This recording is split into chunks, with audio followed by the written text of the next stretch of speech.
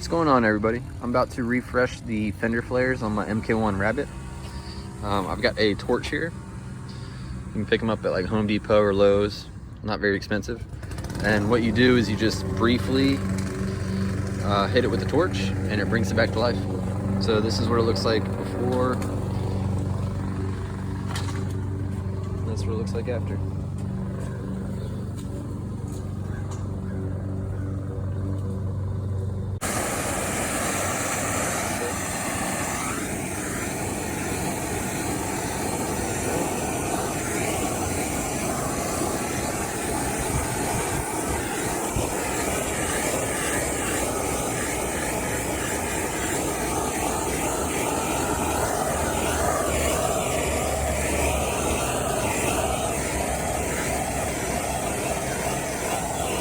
Almost like painting. Just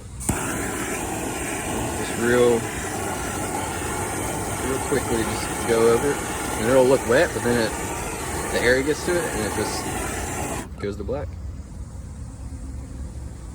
Pretty simple.